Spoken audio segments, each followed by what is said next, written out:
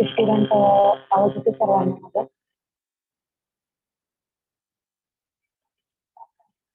Yes, ma'am. Okay, previous lecture we have seen the parallel magnetic circuit. Parallel magnetic circuit parallel electrical circuit सोबत comparison केलं होतं.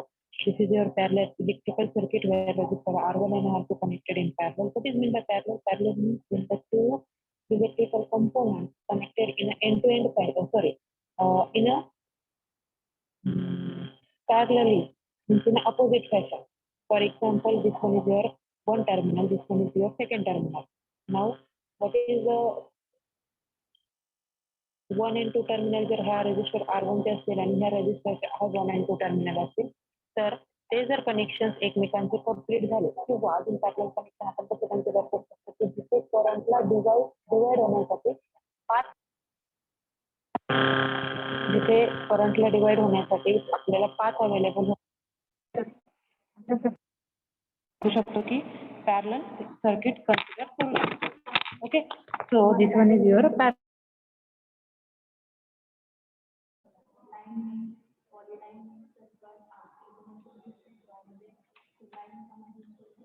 आपण हे last लेक्चरला बघितलं होतं की इथे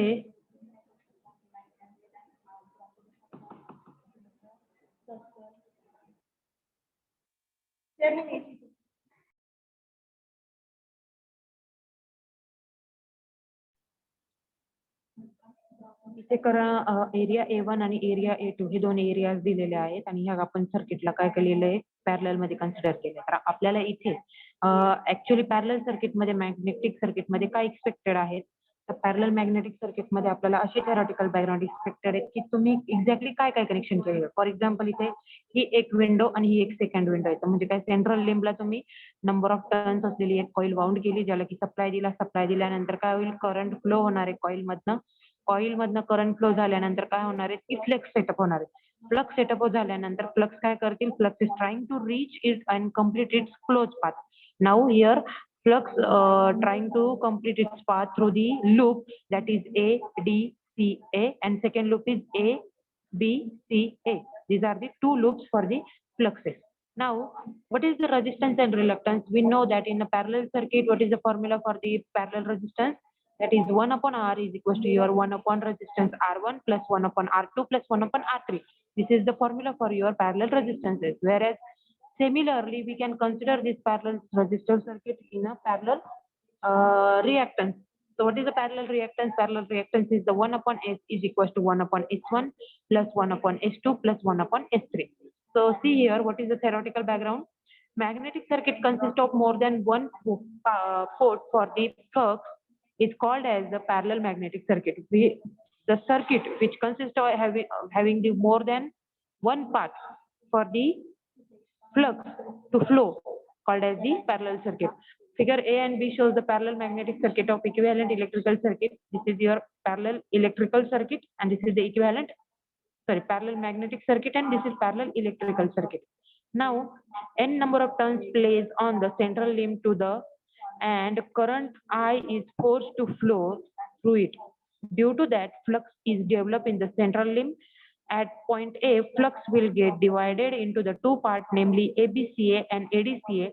Total flux phi is equals to phi1 plus phi2. Okay, आपल्याला माहिती आहे की या चार्ज मुळे काय झालंय की करंट फ्लो झाल्यामुळे फ्लक्स सेटअप झाले आणि या पॉइंट नंतर ते फ्लक्सेस काय होतील डिवाइड होतील. So trying to complete its path through the ADCA and ABCA. आता दोन्ही फ्लक्सची ऍडिशन कशी असणार that is the phi1 and phi2. जसं करंटची ऍडिशन असणार आहे current I is equals to I1 plus I2. Here phi is equals to phi1 plus phi2. So we can relate these equations with your flux relation. So what is the expression for total MMF? MMF काय असणार आहे तर MMF काय असेल? Assume that there are three limbs, limb 1, limb 2 and central limb. म्हणजे कोणते कोणते? This one is 1, this one is central and this one is third. Okay, this 1, 2, 3. Consider L1, L2 and LC. LC म्हणजे means what? हे काय आहेत तुमचे limbs आहेत. So रिएक्टन्सेस consider करा. फर्स्ट लिम्बचा असेल S1, सेकंड लिम्बचा असेल S2 and जी सेंट्रल वनचा असेल SC. अगेन फ्लक्सेस काय असतील phi1, phi2 and phi6. Hence the MMF is given as MMF कसा असेल फॉर द ABCA. कोणता असेल ABCA? हे बघा ABCA. ABCA ला काय असणार आहे तर इथला MMF प्लस इकडचा पण काउंट करणार तुम्ही. What is the MMF for ABCA? It is the Phi1S1 plus Phi3SC. Also, MMF for the ADCA is equals to what? It is the Phi2S2 plus Phi3SC. Okay, म्हणजे काय central लिंब हा कोणासाठी common आहे तर याच्यासाठी पण कॉमन आहे आणि याच्यासाठी पण, म्हणजे इथं जो असणार आहे फ्लक्स तो तुमचा काय होणार आहे डिस्ट्रीब्यूट होणार आहे.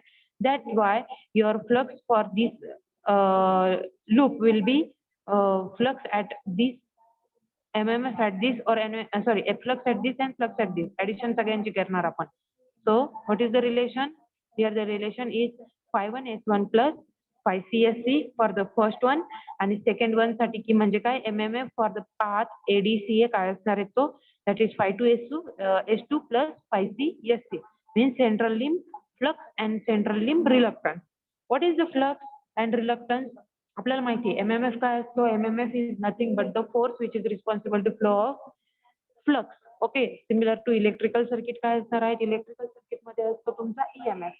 What is EMF? V is equal to I into R. इथं काय असणार आहे F is equal to Phi into S.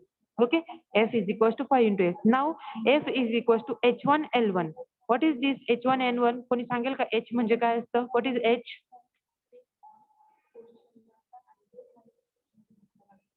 H is nothing but your magnetic field strength or intensity. आणि here L1 म्हणजे काय असणार आहे तुमची magnetic field strength at the limb 1. So expression कसे फॉलो करणार आहेत तुम्ही MMF for loop ABCA म्हणजे first loop that is H1L1 plus HCLC that is magnetic flux intensity at the first limb plus your magnetic flux strength at the central limb. Similarly second loop साठी पण same येणार. Now reluctance. रिलक्टन्सचं expression आपल्याला माहिती parallel मध्ये reluctance कसे असणार आहेत 1/S is equal to 1/S1 plus 1/S2 plus 1/S3. जसं की रेजिस्टन्स असतो आपला इलेक्ट्रिक सर्किट मध्ये 1/R is equal to 1/R1 plus 1/R2 plus 1/R3. Okay, so this is all about your parallel magnetic circuit. इतकंच आहेत आपल्याला parallel magnetic circuit मध्ये theoretical background विचारलं जाणार आहेत. थेरी जर विचारली गेली unit test final exam point of view तर काय विचारले जातात काय एक्सपेक्टेड असणार आहे MMF equation, loop equation, then flux equation and what is the parallel magnetic circuit इतकं तुम्हाला एक्सपेक्टेड असणार आहेत रायटिंग साठी. ओके, सगळ्यांना कळालं का काय आहे पॅरलल मॅग्नेटिक सर्किट?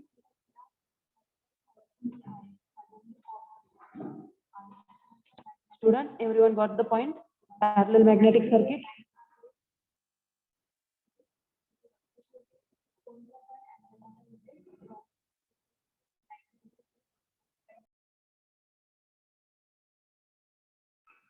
एकदा सांगा ना मॅम परत. Okay. Resistive circuit आणि magnetic circuit. What is the difference between resistive circuit and magnetic circuit? किंवा आपण इलेक्ट्रिक सर्किट आणि मॅग्नेटिक सर्किटला कसं रिलेट करतो? तर पॅरलल म्हणजे काय एक पहिले लक्षात घ्या. पॅरलल म्हणजे काय दोन कंपोनंट समोरासमोर कनेक्टेड केलेले आहेत. ओके, जसं सिरीज मध्ये काय असतं ते इकडे बघा. इथं सिरीज मध्ये रजिस्टर कनेक्ट केलेले जर कन्सिडर केले तर इथे काय होते सिरीज मध्ये वेगवेगळ्या शेपचे किंवा वेगवेगळ्या एरियाचे तुम्ही काय कन्सिडर केलेले आहेत मॅग्नेटिक मटेरियल. सिरीज मध्ये कधी पण काय असतो करंट हा सेम असतो, व्होल्टेज डिवाइड होतं. पॅरलल मध्ये काय असतं का व्होल्टेज हे सेम असतं आणि करंट डिवाइड होतं. ओके, का बरं डिवाइड होतं तर लक्षात घ्या हा सोर्स आहे. ओके, डायग्राम दिसत नसेल तर थोडं तुमची स्क्रीन पण झूम करा. ओके, हे बघा हा तुमचा सोर्स आहे. या सोर्स पासून काय होणार आहे की तुमची इलेक्ट्रिसिटी किंवा तुमचा करंट जो आहे तो फ्लो होणार आहे. मग करंट फ्लो झाला या पॉइंट पर्यंत आला. ओके, कुठपर्यंत आलाय या पॉइंट पर्यंत. हा जो काय आहे नोड इथपर्यंत. आता ह्या पॉइंट पासून करंट आयदर इकडे जाणार आणि इकडे जाणार. म्हणजे काय झालं करंटला फ्लो होण्यासाठी पाथ अवेलेबल झाले. बरोबर आहे, करंटला फ्लो होण्यासाठी पाथ अवेलेबल झाले.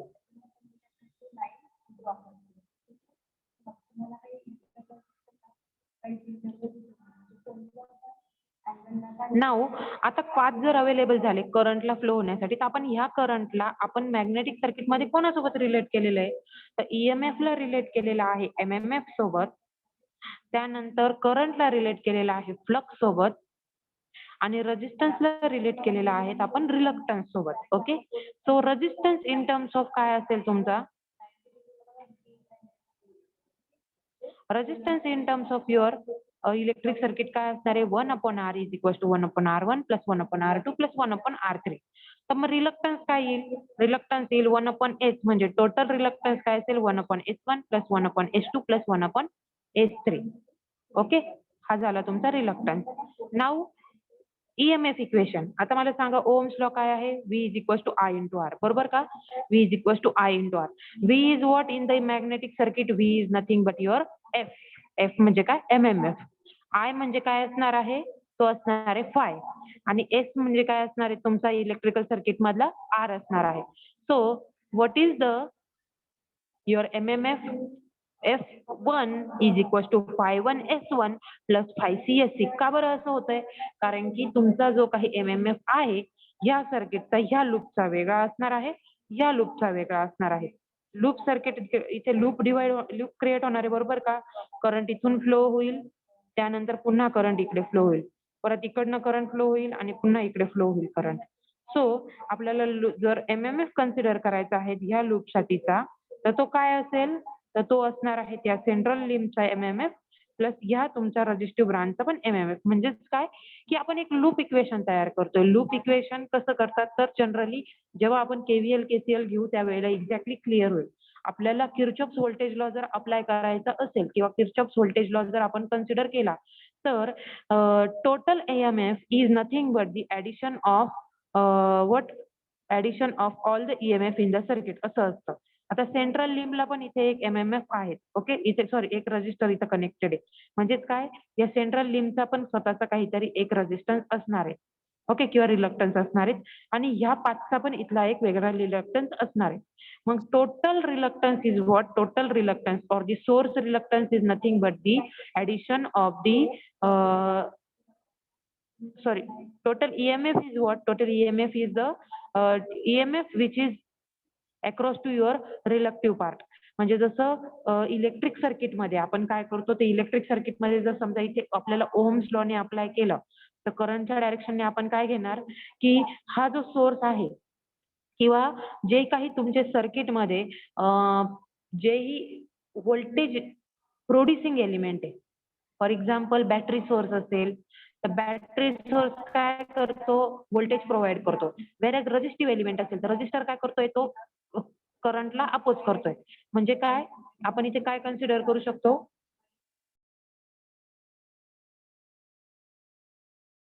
इथे आपण काय करतो? समेशन करतो जेवढे की व्होल्टेज राईज आहे. व्होल्टेज राईज म्हणजे काय? जे की सर्किटला व्होल्टेज प्रोव्हाइड करतील ते. आणि summation of voltage drop. Summation of voltage drop म्हणजे काय? ज्यांच्यामुळे व्होल्टेज ड्रॉप होणार आहे. मग हा व्होल्टेज राईज आहे, हा व्होल्टेज ड्रॉप आहे आणि हा पण इथे एक व्होल्टेज ड्रॉप आहे. Okay, so that's why we are writing here as a equation for what? Equation for this loop. पहिल्या लूपसाठी काय इक्वेशन येईल? phi1 S1 plus phi CSC आणि सेकंड लूपसाठी काय इक्वेशन येईल? phi2 S2 plus phi CSC. हे इक्वेशन येणार. हे कसं आहे तर ह्याच्यासाठी आपण एक इलेक्ट्रिक सर्किट परत बघूया.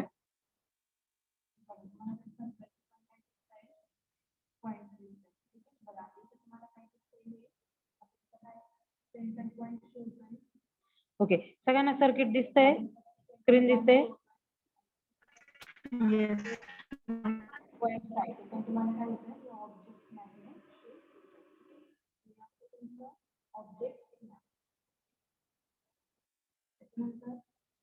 Okay, suppose this is R1, हा आहे R2 आणि हा आहे R3. ओके, त्याच्यानंतर हा पॉझिटिव्ह टर्मिनल, हा निगेटिव्ह टर्मिनल.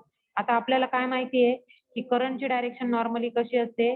करंटची डायरेक्शन असते positive terminal of the battery to the negative terminal of the battery. म्हणजे कशी असणार आहे इथे? क्लॉकवाईज डायरेक्शन असणार आहे. ओके, आता क्लॉकवाईज जर डायरेक्शन असेल तर मला सांगा हा आहे V1. ओके, त्यानंतर हा आहे R1. समजा एकच लूप आहे तर एकच लूप आहे म्हणजे इथे करंट कोणता फ्लो होणार आहे? फक्त I फ्लो होणार आहे. Summation of voltage rise. Voltage rise म्हणजे काय? जे सर्किटला व्होल्टेज प्रोव्हाइड करणारे एलिमेंट आहेत ते. हा तुमचा कोण आहे? व्होल्टेज प्रोव्हाइड करणारा. हा व्होल्टेज प्रोव्हाइड करेल का? नाही. हा काय आहे? तर हा व्होल्टेज ऍब्झॉर्ब करणारा आहे.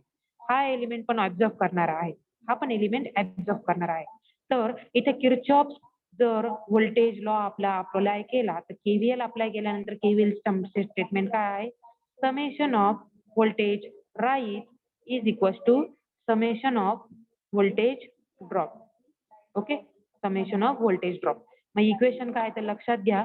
इथे इक्वेशन काय येईल? जे साइन लिव्ह केलं आहे, परत सांगते, जे साइन लिव्ह केलं आहे ते साइन आपण त्या क्वांटिटीला घेतो. फॉर एक्झाम्पल हा प्लस आहे, प्लसच्या शेजारी कधी पण रजिस्टरला प्लस साइन घ्यायचं, नंतर मायनस, नंतर पुढचे जे रजिस्टर असतील त्याला ऍज इट इज प्लस मायनसच घ्यायचं. Plus minus plus minus. पहिले हे साइन कन्व्हेन्शन लक्षात घ्या. साइन कन्व्हेन्शन काय आहे? प्लसच्या शेजारी प्लस घ्यायचा. बॅटरी सोर्सच्या शेजारी जोही एलिमेंट असेल त्याला प्लसच्या शेजारी प्लस घेणार. त्यानंतर पण बाकीचे कसे असतील? Plus minus plus minus plus minus. आता जे साइन लिव्ह केलं आहे ते आपल्याला काय घ्यायचं आहे? स्टेटमेंटमध्ये घ्यायचंय. लिव्ह केलेलं साइन, समजा याचं पहिलं घेतलं, लिव्ह केलेलं कोणतं आहे? समजा करंट इथून गेला, असा करंट गेला, कोणतं साइन लिव्ह झालं? प्लस लिव्ह झालं, म्हणजे प्लस V1. आता इकडे कोणतं साइन लिव्ह झालंय? लिव्ह केलेलं sign minus. Kirchhoff's voltage law आहे, म्हणजे ह्या रजिस्टरला पण आपल्याला कशाच्या टर्म मध्ये लिहायचंय? व्होल्टेजच्या टर्म मध्ये लिहायचंय. आपल्याला काय माहितीये? V is equal to I into R असतं. बरोबर आहे? बरोबर आहे का? So voltage in terms of current and resistance, इथे काय येईल? याच्यातनं फ्लो होणारा करंट आणि याचा रेजिस्टन्स म्हणजे इथलं व्होल्टेज. बरोबर का? म्हणजे मायनस I इंटू R1 हे झालं याचं इक्वेशन. परत इकडनं आलं, इकडे लिव्ह केलेलं साइन कोणतं आहे? Minus. Minus I into R2. परत पुढे कोणतं आहे? परत लिव्ह केलेलं sign minus.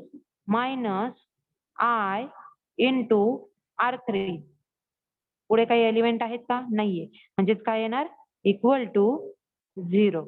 That is your Kirchhoff's voltage law statement. आता हे बघा स्टेटमेंट कसं आहे, तर इथं आपण याला क्लिअरली लिहूया जरासं. V1 इज इक्वल टू काय येईल? हे सगळे minus minus minus term equal टूच्या अपोजिट साईडला गेले. काय होणार? I into R1 plus I into R2 plus I into R3. Okay, कळतंय? आता समजा मी याला थोडंसं अजून सिम्प्लिफाय केलं तर कसं येईल माझं? V1 is equal to I common काढला सगळ्यांचा, कारण की का बरं? जो 5 अँपिअर करंट, समजा 5 अँपिअर करंट आहे ह्या रजिस्टर मधनं फ्लो होणार आहे, तोच इथे पण फ्लो होणार आहे, तोच इकडे पण फ्लो होणार आहे, म्हणजे करंट हा सेम आहे. So I in bracket R1 plus R2 plus R3 bracket complete. कळालं का हे फायनल इक्वेशन सगळ्यांना? आता परत याला ओहम्स लॉ सोबत रिलेट करून बघा. V is equal to I into R. V is equal to I into R. आलंय का? आता हेच आपण आपल्या PDF मध्ये पण बघतोय. म्हणजेच काय? फॉर एक्झाम्पल जर तुम्ही हे बघितलं तर इथे लक्ष द्या. इथे तुम्ही काय केलं आहे? तर इथे तुम्ही केलं हे तुमचे इक्वेशन. इक्वेशन्स म्हणजे काय? तुम्ही हा जो MMF आहे, MMFचं इक्वेशन या लूपसाठी, म्हणजे ह्या पाथचा रिलक्टन्स वेगळा, या पाथचा रिलक्टन्स वेगळा, म्हणजे इथे काहीतरी रेजिस्टन्स आहे, इथे काहीतरी रेजिस्टन्स आहे, आणि हा मेन तुमचा सोर्स. तर मेन सोर्स म्हणजेच काय?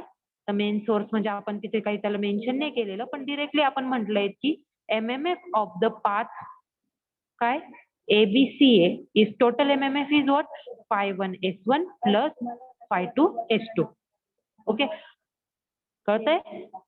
हे इतकं तुम्हाला ऍक्च्युअली तुमच्या पॅरलल मॅग्नेटिक सर्किट मध्ये बघायचंय. आता कळालं का सर्वांना?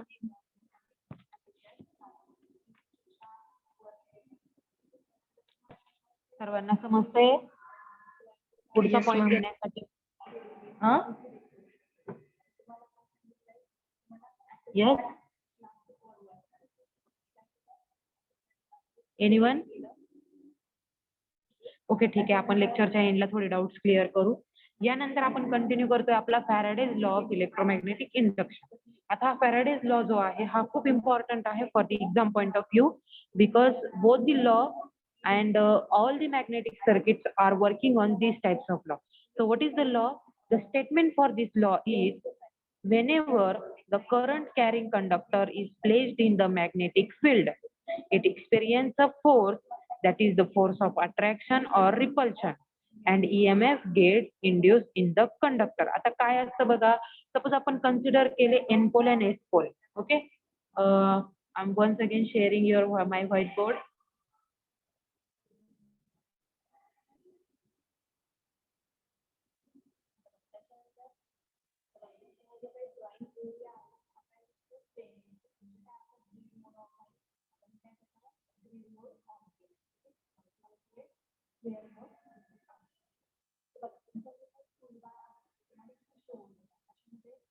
ओके, स्टुडंट असं कन्सिडर करा, हा आहे N पोल, हा आहे S पोल. ओके, हा N पोल आहे आणि हा आहे S पोल. आता ह्या N पोल आणि S पोल मध्ये हा एक कंडक्टर प्लेस्ड केलेला असेल जो की मुव्हिंग आहे. मुव्हिंग इन द सेन्स तो कोणत्या डायरेक्शनने मूव्ह होईल, direction. Now we know that magnet having its own property, और मॅग्नेटला काय असतं, एन पोल आणि एस पोल हे त्याचे इनबिल्ट असतात. ओके, तर इथे N pole to S pole काय होतील, तुमच्या मॅग्नेटिक लाईन्स ज्या आहेत त्या व्हॅरी होतील. बरोबर आहे, मॅग्नेटिक लाईन्स ऑफ फोर्स कशा व्हॅरी होणार आहे, N pole to S pole. So आपण परत N pole to S pole जर मॅग्नेटिक लाईन्स व्हॅरी होत असतील तर आपण काय कन्सिडर केलेलं आहे की हा जो काही तुमचा मध्ये तुम्ही कंडक्टर प्लेस केलेला आहे, हा कंडक्टर कसा असणार आहे, तर मुव्हिंग असणार आहे. Okay, so what is the statement for Faraday's law? Faraday's law states that suppose this one is your conductor. Okay, this conductor is placed in the magnetic field. He magnetic field आहे N आणि S पोलच्या in बिटवीनचे. तर तो काय करतो, either ह्या दोघांमुळे create झालेल्या फोर्सला respond करतो. म्हणजे फोर्स कोणते दोघांचे फोर्स असतील, आयदर फोर्स ऑफ अट्रॅक्शन असेल और आयदर फोर्स ऑफ रिपल्शन असेल. ओके, फोर्स ऑफ अट्रॅक्शन असेल आणि रिपल्शन असेल, आणि त्या फोर्सच्या अकॉर्डिंगली तो काय करतो, ईएमएफ इंड्यूस करतो त्याच्यामध्ये. ओके, तो काय करतो, ईएमएफ जो आहे तो इंड्यूस करतो.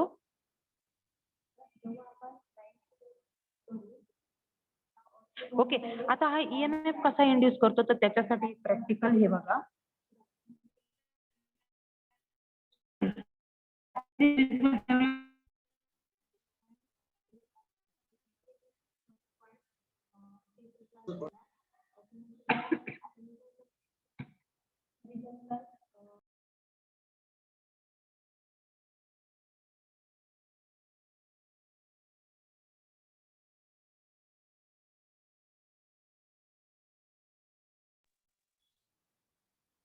आता हे जे कंडक्टर तुम्हाला दिसतोय त्या स्क्रीनवरती, हा जो कंडक्टर आहे याची मुवमेंट आपण कशी कन्सिडर केली, क्लॉकवाईज डायरेक्शन.